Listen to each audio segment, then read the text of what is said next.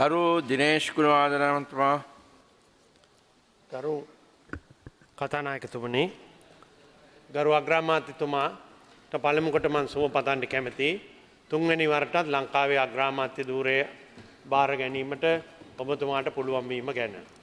ඒ වගේම ජනාධිපතිතුමා මෙතනට පැමිණ සභාවේ රැඳිලා ඉවත්ව ගියා.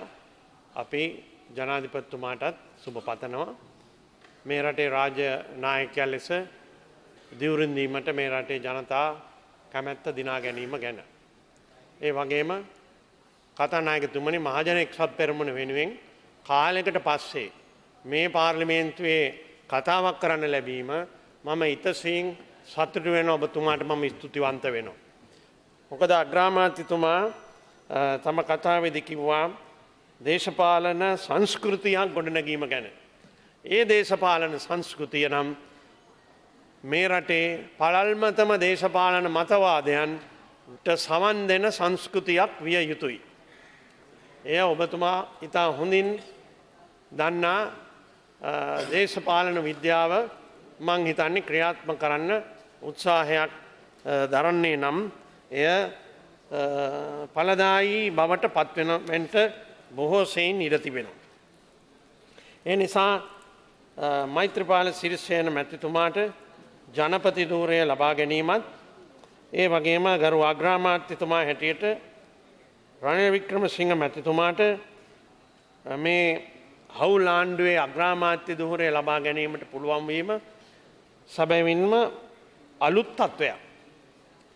ඒ මොකද පාර්ලිමේන්තු මහමැතිවරණයක් නැතිව තමයි අග්‍රාමාත්‍යතුමා බවට පත් වෙන්නේ. ඒ ගැන අපේ කිසි විරෝධයක් නැහැ. මොකද නමුත් ඒ සම්ප්‍රදාය ඔබතුමා පාර්ලිමේන්තු මැතිවරණයකින් නෙමෙයි ජයග්‍රහණය කර තිබෙන්නේ. ඒ නිසා ඔබතුමාට අමුතු දේශපාලන කසාදයක් බඳගන්න සිද්ධ වෙලා තිබෙනවා. ඒක තමයි යථාර්ථය. ඒකට අපි සුබ පතනවා. කසාදේ කෙසේ පවතීද කියන ප්‍රශ්නය ඔබතුමාට තමයි තිබෙන උත්සාහය. මොකද ඔබතුමායි මේ ආණ්ඩුවේ නිර්මාතෘවරයා. වෙන කිසිවකු නෙවෙයි. රනිල් වික්‍රමසිංහ මැතිතුමා හා එක්සත් ජාතික පක්ෂය නිසායි මේ ජයග්‍රහණය සහ මේ අපේක්ෂක මෛත්‍රීපාල සිරිසේන මැතිතුමාට මේ අවස්ථාව සැලසුනේ. ඒ ගැන ඒක තමයි සත්‍යය. වසන් කරන්න දෙයක් නැහැ. සත්‍යයයි. අපි දකිනවා ඒ පිටුපස නොඑක් අය එකට එකතු වුණු බව මේ සභාවේදී දැනුත් කිව්වා. ඒ නිසා ඒ අය කවුරුත් එකතු වෙලා දේශීය හා විදේශීව මේ මැතිවරණයක් පැවැත්වීම තුළින් රෙජීම් චේන්ජ් කියන දේ පසුගිය අවුරුදු 3.5 කාලය තුළ විවිධ රටවල් වල ඇති කළ දෙයක්. රෙජීම් චේන්ජ්. එහෙම නැත්නම් පාලන තන්ත්‍රය පෙරලා දැමීම. ඒ පාලන තන්ත්‍රය පෙරලා දැමීමේ හවුල්කාරයන් බවට අනිත් හුඟක් අය එකතු වුණා. ඉතින් මා හිතනවා ඒ නිසා අපේ රටේ ජනතාවට අපිට මේ අවස්ථාවේ එක්සත් ජනතා නිදහස් සම්දානයේ කොටස්කාර පක්ෂයක් හැටියට මහජන එක්සත් පෙරමුණ මේ දිනසීයේ වැඩසටහනට අපේ සහයෝගය අපි දෙනවා හොඳ දේ කරන දෙයට.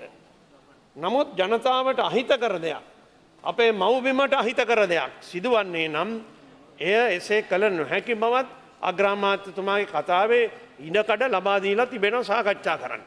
ඒක ඉතාම වැදගත්. අහිතකර දේ කුමක්ද කියා අනිත් අයගේ අදහස් දැන ගැනීමට ඉඩකඩ ඇතව කටයුතු කිරීමේ වැදගත්කම ප්‍රජාතන්ත්‍රවාදයට ගෙනෙන්නට පුළුවන් නම් එය මා හිතන්නේ පාර්ලිමේන්තු ප්‍රජාතන්ත්‍රවාදයට ලබා දී හැකි වැදගත් පරිච්ඡේදයක් බවට පත් වෙනවා. ඒ වගේම ගරු කතානායකතුමනි මම මේ අවස්ථාවේ සඳහන් කරන්නට කැමතියි ජනාධිපති ලෙස අතිගරු ජනාධිපති මහින්ද රාජපක්ෂ මැතිතුමාගේ කාලය කිසිවකුට අමතක කරන්න බෑ. ඔබතුමා දේශපාලන වශයෙන් විරුද්ධ වුණත් ඔබතුමා අවංකව නිහතමානීව ඔබතුමා දිවුරුම් දෙන අවස්ථාවේදීත් කිව්වා රාජපක්ෂ මහින්ද රාජපක්ෂ රටට කළ දේ රට ආරක්ෂා කළ දේ ඉතිහාසයට අමතක කළ නොහැකි කියලා. එයයි සත්‍යය. අපි දේශපාලන වශයෙන් එතුමාට පක්ෂ වෙන්න පුළුවන් විරුද්ධ වෙන්න පුළුවන් එතුමාට පහර දෙන්න පුළුවන් නිගා කරන්න පුළුවන්. නමුත් එතුමා 2005 බාරගත්ත රට මගේ මිත්‍ර විදේශ ඇමතිතුමා ඉන්නවා මෙතන. බාරගත්ත රට ඒකීය ලංකාවක් නොමේ අගමැතිතුමා. ඒකීය භාවයක් නැති ත්‍රස්තවාදීන් උතුරු නැගෙනහිර පළාත් පාලනය කරමින් තිබූ රටක්. ඒ රට එක්සේසත් කොට ත්‍රස්තවාදය තුරන් කොට බාරදීලා තමයි එතුමා පරාජය පිළි අරගෙන ගියේ කියන ටික මම ඉතාම වැදගත් පණිවිඩයක් ඇටියට මතක් කරනවා. ඔව් ඒ වගේම I would like to quote බොහෝ අය බොහෝ කතන්දර කියනවා ප්‍රජාතන්ත්‍රවාදයට එතුමා හිස නැව්වේ නෑ කියලා. උගුරට හොරා කතා කරන්න පුරුදු වුණ අයට පුළුවන් කතා කරන්න උගුරට හොරා ප්‍රජාතන්ත්‍රවාදය ගැන. නමුත් සත්‍ය එතුමා මැතිවරණයකට පැමිණියා. ඔබතුමාලා අපි අතර මැතිවරණයේ විවිධ උණුසුම් පවතිනවා. විවිධ විවේචන විවිධ විග්‍රහයන් විවිධ අපහාසයන් දේශපාලන ලෝකේ අපි ඉන්න දේශපාලන ලෝකේ ආසියාවේ සිදුවෙන දේවල් අපි ප්‍රාර්ථනය කරන්නේ. මම දන්නවා රනිල් වික්‍රමසිංහ ඇමතුමා අග්‍රාමාත්‍යතුමා කවදාවත් එවැනි අපහාසයක් වේදිකාවේ පුද්ගලිකව කරන්නේ නැහැ. නමුත් කරන මිනිස්සු ඉන්නවා. ඒවා ගැන මගේ කාලේ මම ගත කරන්න යන්නේ නැහැ. ඔබතුමා උත්සාහ දරන ආදර්ශය අලුතෙන් හදන්න පුළුවන් නම් හදන්න. ඒක වැදගත්. ඒක අලුත් පරම්පරාවට දායාද කළ යුතු දෙයක්. එය දායාද වී නැහැ. ඒ නිසා මම කැමතියි කියන්න. I would like to quote ගරු කතානායකතුමනි. The press release of Secretary of State of the United States John Kerry on the 8th of January 2015. The Sri Lankan people deserve great credit on the successful conclusion of the elections. They turned out in great numbers to exercise their democratic rights, and every vote was victory for Sri Lanka. Whether it's for the government or the opposition, every vote was a victory for democratic rights in Sri Lanka. The United States applauds the Sri Lankan Election Commissioner, the security forces, the Sri Lankan civil society, and the candidates themselves for making sure this election was not marred by unrest and ensuring a significant drop in campaign-related violence. It will be important for that effort to continue in the coming days. I commend President Mahinda Rajapaksa for accepting the results of the election in the proud tradition of peaceful and orderly transfer of power in Sri Lanka. His words tonight about accepting the verdict of the people and moving forward are important. I look forward to working with the President-elect Maithripala Sirisena as his new government works to implement its campaign platform of a Sri Lanka that is peaceful, inclusive, democratic, and prosperous. Now, this is the message the Secretary of State John Kerry issued soon after elections.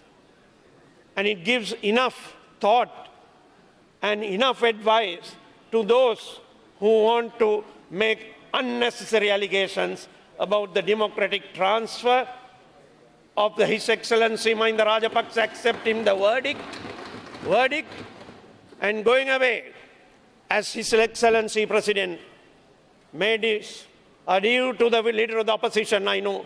I was there when you came to Temple Trees as a gentleman in politics. As a Democrat you came and discussed with him when he told you that he was ready to transfer power within a matter of minutes. Now these are the facts which are stubborn.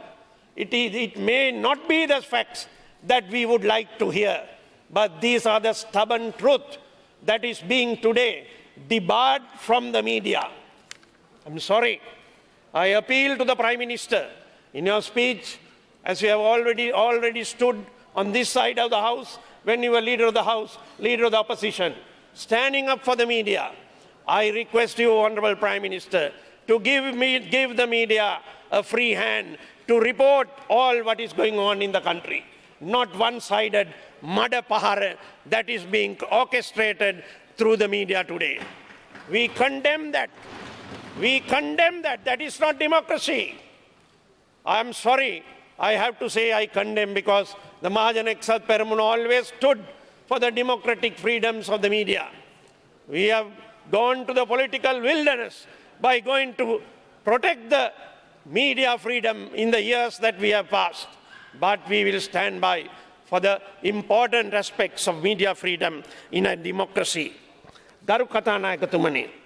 Mama ඒ වගේම ජනාධිපති මහින්ද රාජපක්ෂ මැතිතුමා තරඟට ආපු වෙලාවේ එතුමාට ඡන්දය පාවිච්චි කරපු 57 ලක්ෂයක ජනතාව විශ්වාසයෙන් පාවිච්චි කරපු ඒ ඡන්දයට අපේ ප්‍රණාමය මේ අවස්ථාවේ පුද කරනවා. දරු රනිල් වික්‍රමසිංහ මැතිතුමා අග්‍රාමාත්‍යතුමා හැටියට අලුත් සංස්කෘතියක් ආරම්භ කරමින් යන ගමනේ දේශපාලන වශයෙන් මහින්ද රාජපක්ෂ මැතිතුමාට ඡන්දය පාවිච්චි කරා කියලා කාගේ හරි රක්ෂාවකට යන්න දෙන්නේ නැත්නම් එය ප්‍රජාතන්ත්‍රවාදීද? එය මානව අයිතිවාසිකම් සුරකීමක්ද? කාගේ හරි ගයක් දොරක් කුඩුපට්ටම් කිරීම, අතපය කැපීම, ජීවිත හානි කිරීම එය ප්‍රජාතන්ත්‍රවාදී මානව අයිතියක්ද? ගරු කතානායකතුමනි, එසේ නොවන බව රනිල් වික්‍රමසිංහ මැතිතුමාගේ හෘදේ සාක්ෂියත් කියාවි. එවැනි දෙයක් ඇති වෙන්න ඉඩ තියන්නේ පාගපතිතුමනි. මේ රට ජය හා පරාජය තුල අද ඔබට ජනාධිපති කෙනෙක් ඉන්නවා ශ්‍රී ලංකා ජනපක්ෂයේ මුළු ජීවිත කාලයම ගත කළ. එතුමාට ගහලා ඔලු පළලා අතපයක් නැති මිනිහෙක් කරා නම් අපේ පක්ෂයෙන් තරඟ කරන කාලේ අද එතුමා ජනාධිපති වෙයිද? නිකන් හිතන්න. ඒ නිසා පක්ෂයකින් අතහැර තව පක්ෂයකට යන්න පුළුවන්. ඒ පක්ෂය අතහැර මේ පක්ෂයට එන්න පුළුවන්. ඡන්දේ ඒ අවස්ථාවේ තියෙන කරුණු මත තීරණය කරන්න පුළුවන් ඡන්දදායකයෝ. ඔවුන් වරදකරුවන්ද මිනිස් අයිතිවාසිකම් වල ප්‍රජාතන්ත්‍රවාදයේ උත්තරීතරම අයිතියක් වන ඡන්දය පාවිච්චි කිරීම පිළිබඳව කළ කටයුතු වලට. එයයි ඒකාධිපතිවාදය කියන්නේ. ප්‍රජාතන්ත්‍රවාදීව ඡන්දය පාවිච්චි කළ ප්‍රජාතන්ත්‍රවාදීව ඡන්දය පාවිච්චි කරන්න නොදෙන ප්‍රජාතන්ත්‍රවාදීව ඡන්දය පාවිච්චි කරන්න එන මිනිස්සුන්ව වෙඩි තියලා පොළවට දාලා ඡන්දය පාවිච්චි කරන්න එපයි කියපු දේශපාලන ඉතිහාසය අපි බොහොම අමාරුවෙන් ගත කරලා හමාර කරා 90 දශකේ 80 දශකේ මේවා අපි මැරිලා ඉපදිලා නැහැ. ලංකා දේශපාලනයේට ජනාධිපති මහින්ද රාජපක්ෂ මැතිතුමාගේ අතින් එතුමාගේ ආණ්ඩුව අතින් වැරදි වෙන්න ඇති. මම මොහොතකටවත් කියන්නේ වැරදි වුණේ නැහැ කියලා. වැරදි වෙන්න ඇති. ඔබතුමාලගේ ආණ්ඩුව වලින් උත් වැරදි සිද්ධ වුණ බව ඔබතුමාලා දන්නවා. නමුත් අපි ආඩම්බර වෙනවා ඒ කාල සීමාව තුළ ආර්ථිකය 7%ක වර්ධන වේගයකට ගෙනල්ලා ඔබතුමාලට බාර දීම ගැන. දැන් ඔබතුමාලගේ යුතුයකම මේ අපි ආපු ඒකීය රාජ්‍යයයි මේ ආපු ප්‍රජාතන්ත්‍රවාදී සමයයි මගේ මිත්‍ර සම්බන්ධන් මැතිතුමා කතා කරපු උතුරේ අයට ඡන්දය පාවිච්චි කරන්න දෙන්න පුළුවන් මුළු උතුරට හා නැගෙනහිරට ප්‍රජාතන්ත්‍රවාදී ඡන්ද ක්‍රමය අවුරුදු 30කට පස්සේ දායාද කළේ අපේ ආණ්ඩුව. අපේ ආණ්ඩුව ඡන්දය ජීවිතයකට දැක්කේ නැති පාවිච්චි කරන්න බැරි අයට දායාද කළා. ඉතින් ඒකේ ජය පරාජය ප්‍රශ්නයක් නෙමෙයි. මුළු රටටම ප්‍රජාතන්ත්‍රවාදී ඡන්දය දායාද කළා අපි. ඉතින් මෙවැනි කරුණු මත තමයි අලුත් උත්සාහයකට ඔබතුමා සඳහන් කරපු කරුණු මත ගමන් කරන්නට සිද්ධ වී තිබෙන්නේ. ඒ නිසා මෙවැනි කරුණු ගැන කල්පනා කර කටයුතු කිරීම වඩා හොඳයි. අතීතයට අපි කාලය හැරිලා අපේ පාර්ලිමේන්තුව අතීත කාලය ගැන එනකොට ගන්නවාට වඩා හොඳයි. අනාගතය වඩා සුබදායි අනාගතයක් කිරීමට ගරු අග්‍රාමාත්‍යතුමනි ඔබතුමාගේ ප්‍රාර්ථනාව සාර්ථක කර ගැනීමට පුළුවන් නම් ඒ සඳහා උත්සාහ දැරීම. මොකද තවමත් වැඩි දෙනා ඔබේ පක්ෂේ නෙමෙයි මේ ආණ්ඩුවේ ඉන්නේ. ඒක නිසායි මං කිව්වේ පුදුම කසාදයක් මේ දේශපාලන කසාදය. මේක Lanka, it will go to the Erskine May, a new chapter in parliamentary affairs, Honourable Speaker. I turn the pages of Erskine May to see whether there has been one before.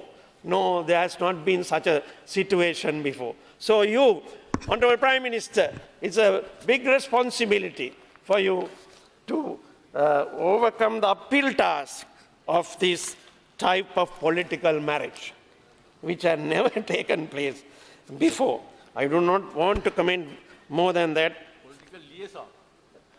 I would like to mention, මම වැඩි කතා කරන්න උත්සාහ දරන්නේ නැහැ. මම ඊටම ඕනෑකමින් තව කාරණාවක් කියන්න කැමතියි. දින 100 වැඩසටහන තුළ අපේ රටේ ජනතාවට, රටට, ලෝකයාට ප්‍රකාශ කරපු කරුණු ගණනාවක් තිබෙනවා. ඔබතුමාගේ කතාවේ දැන් මම කතාවට සම්බන්ධ විවාදයකට නැගිටින නිසා ඔබතුමාට කියනවා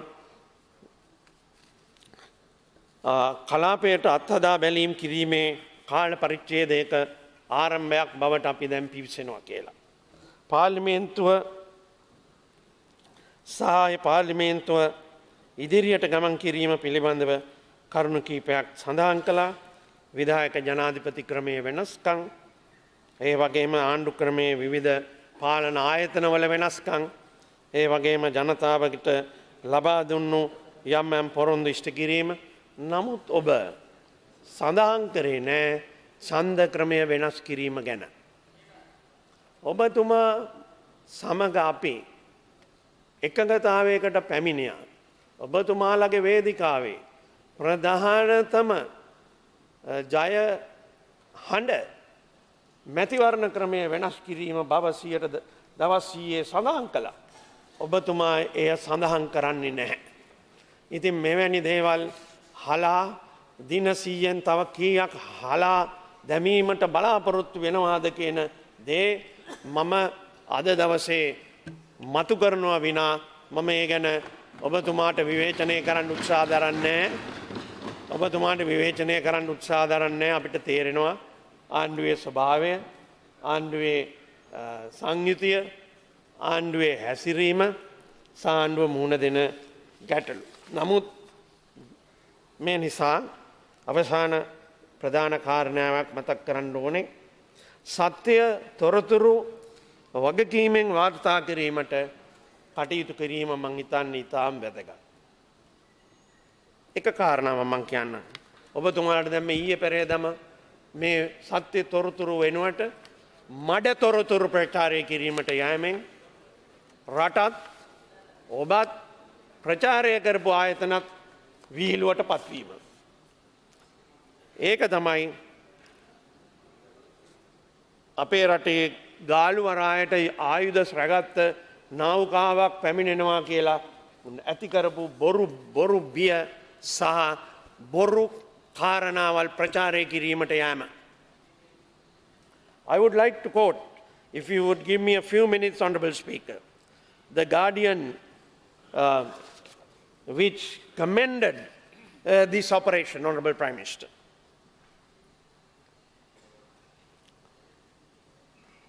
Private security companies guarding ships against Somali pirates are increasingly strong their weapons or so-called floating armories in international waters to avoid arms smuggling laws when they dock in ports. About 20 ships stocked with assault rifles and other small arms, as well as ammunition, body armor, had been escorted forcibly from the Indian Ocean. Therefore, the Security Association for the Maritime Industry said that some armories are effective and some are not. The presence of armed guards on board ships have helped dramatically reduce hijacks by Somali pirates. Before floating armories were introduced, security companies either went through the costly, complicated process of using a handful of officially approved onshore armories or got around the problem altogether by buying guns illegally in Yemen, dumping them at sea when going to dock at port. By using armories, private security companies are able to avoid the bureaucracy of local ports, save or ports costs, and not waste time deviating to ports to collect guards. Avantgarde Maritime Service, a Sri Lankan company that works in partnership with the country's government, is one of the major operations of floating armory. The company's chairman, Nisanka Senadipati, said that there were thousands of weapons on his company ships. AGMS charges $25 a day to store the weapons and ammunition, with 800 to 1,000 movements on and off the armories each month.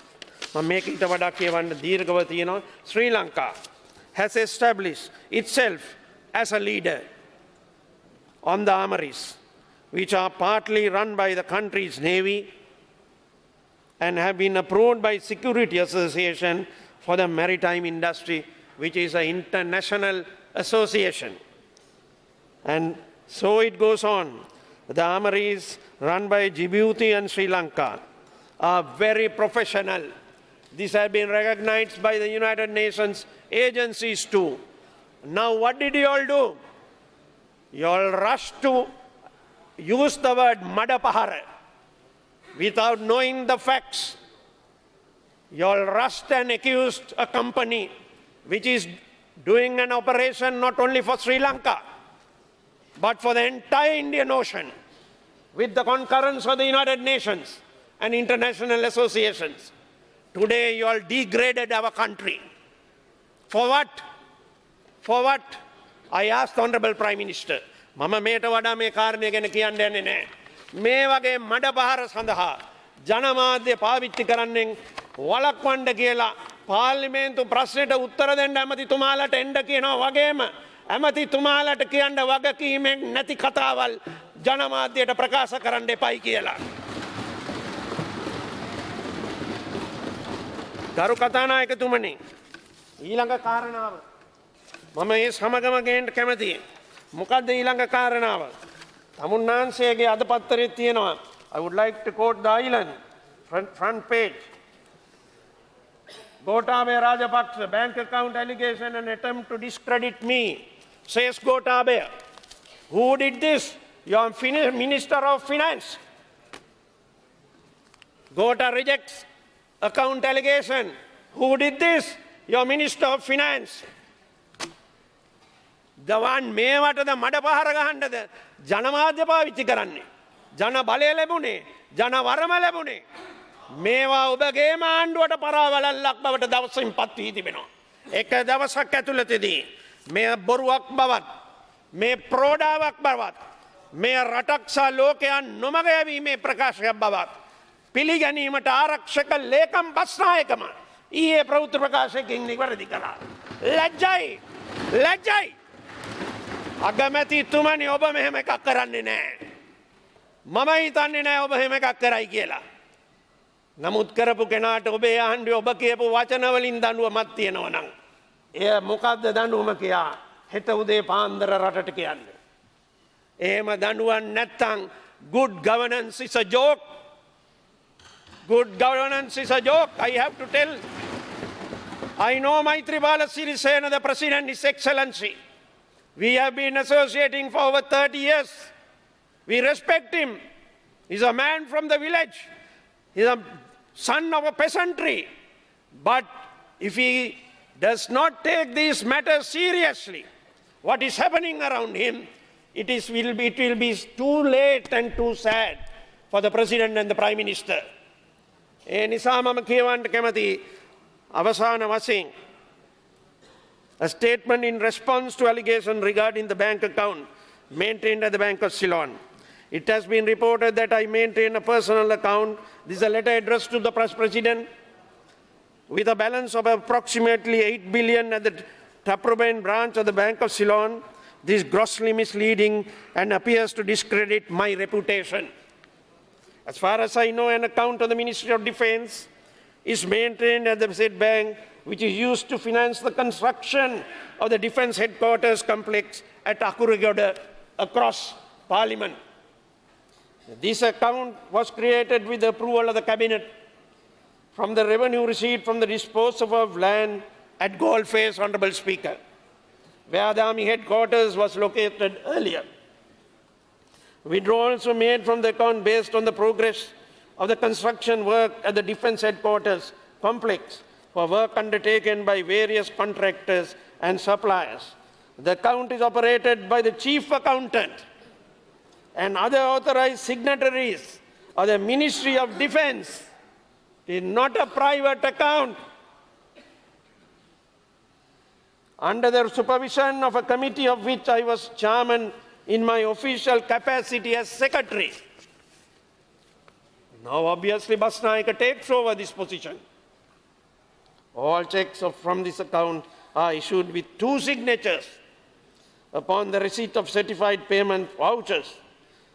And he goes on to say, the names and signatures of the authorized persons are available with the bank and the chief account of the ministry. The balance as at last day of my holding office was certainly over 8 billion. This figure can be verified from the Treasury, as the annual deposit balance is reported in government accounts. It comes before Parliament. There is nothing to hide. And why are you throwing mud at Gotabaya Rajapaksa, who was the strength behind defeating terrorism in our country? If he has done wrong, go ahead. But if he has done no wrong, apologize. Have the decency of a gentleman. Have the decency of a gentleman to apologize. You and I were in the same class in Royal College. Others who went to Royal also should be able to behave as royalists and say, I am sorry for the mistake done by making a wrong statement. I hope such people will realize by holding office that they cannot be throwing mud at every corner without any substance or without verifying. As a minister, you verify before making a statement. You're not on the payment of the country to make a statement. You're holding high office to make a statement. Finally, therefore, there is no truth whatsoever in the claim that I have a personal account in the Bank of Ceylon with a balance of approximately 8 billion. I deny this completely and request the current Secretary to the Ministry of Defense to verify this matter with the bank and the Treasury and to disclose the correct information regarding this account. This letter signed by Gotabaya Rajapaksa. There have been also a copy addressed to you, the Honourable Prime Minister, copy to the Deputy Minister D.R. Vijayawardena, and to Secretary Basnayaka. I'm sorry that I had to bring this into this debate because it's an important debate for you. But it is also important that you are not misled. That also that you do not want to suppress the media in this manner and throw mud at people when they are not in office, when they are not holding office. There may be wrongs done by anyone who could be brought before the law. No one is going to say no. None of us are going to say no if there is a matter that should be brought before the law. But allow the media to report everyone freely. May I mama obegen illana illima me vivade obata suvapatana atara අපි මේ විලම්බීත දේශපාලනය හැඩරුවකට වෛරය අපි පිළිගන්නේ නැහැ. නමුත් විලම්බීත දේශපාලනයකට ඇවිල්ලා තියෙනවා. ඒක මම ගැඹුරෙන් කියන්නේ මගේ මිත්‍ර අම්නුගම ඇමතිතුමාට මන්ත්‍රීතුමාට නොතේරෙනවා ඇති. මේ පාර්ලිමේන්තුව හදිසියේ විලම්බීත දේශපාලනයකට පිවිලිච්චලා තියෙනවා. කොහෙද ඉන්නේ කොතනද ඉඳ ගන්න ඕනේ කොහෙද නැගිටින්න ඕනේ කියලා දන්නේ නැති තත්ත්වයකට කතානායකතුමනි පාර්ලිමේන්තුව පත් වුණා. ඒකට ඔබතුමා වගේ කියන්න බෑ. ඔබතුමා ආරක්ෂා කරනවා. වගකිය යුත්තන් ඒකට වගකිව යුතුයි. ඒවා කරන්නේ නැතුව නිවැරදි ගමන් හොඳ යහ පාලනය නම් යහ පාලනය. යහ පාලනය කියන්නේ මොකද්ද? Good governance. කැලෑවේ වඳුරෝ ගසින් ගසට යන්නාසේ යහපාලනයක් තිබේදයයි කුඩා දරුවෙක් ඇසුවතින් නැත. ඊට වඩා යාපාලනය නම් ඊට වඩා උසස් දෙයක් බව කිව යුතුව කියා කියන්න පුළුවන් අග්‍රාමාත්‍යවරයෙක් ඔබ අවුරුදු 3 වෙනි වරටත් අගමැති ධූරය ලැබමින් ඔබට මම යලිත් සුබ පතනවා ඔය අනිත් අයව ටිකක් කන්ට්‍රෝල් කරන්න. කන්ට්‍රෝල් කරන්න මොකද මම මගේ කතාව අවසන් කරනවා නැත්තම් ලොකු අමාරුවක වැටෙනවා. මේ ඒ නිසා ධම්මපදේ ඔබතුමා ලෙච්චවී රදදරුවන් ගැන කියපු නිසා මම ධම්මපදයෙන් කියන්න කැමතියි.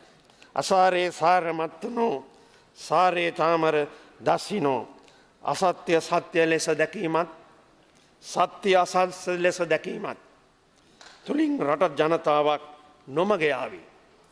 සාරංච සාරතෝ නත්වා අසරංච සාසරංගෝ දස්සනෝ සත්‍ය සත්‍ය ලෙස දැකීමත් අසත්‍ය ලෙස දැකීමත් තුලින් රටත් අසත්‍ය අසත්‍ය ලෙස දැකීමත් තුලින් රටත් ජනතාවත් ඉදිරියට ගමන් කරවන්න.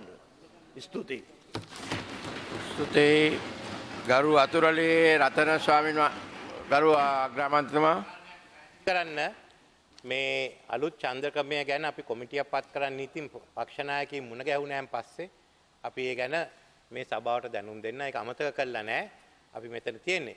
අනික විශේෂයෙන්ම මම දිනේෂ් ගුණවර්ධන මන්තුමාට කියන්න කැමතියි මේ අවස්ථාවේදී ඒ බලාපොරොත්තු වෙන මේ කාරණා ටික අරගනී කියලා කෙසේ හෝ රවි කානායක ඇමතිතුමාත් ඇතුළු සියලු දෙනාම මම අපි 29 වෙනිදා එතුමාගේ ප්‍රකාශයෙන් පස්සේ 30 වෙනිදා ඕන ඊට පස්සේ ඊළඟ සතියේ 5-6 අපිට වෙන් කරන්න පුළුවන් හොඳ විවාදයක් ඇති කරගන්න. අපි අහුම්කන් දුන්නා අනුර කුමා දිසානායක මන්තුමාට.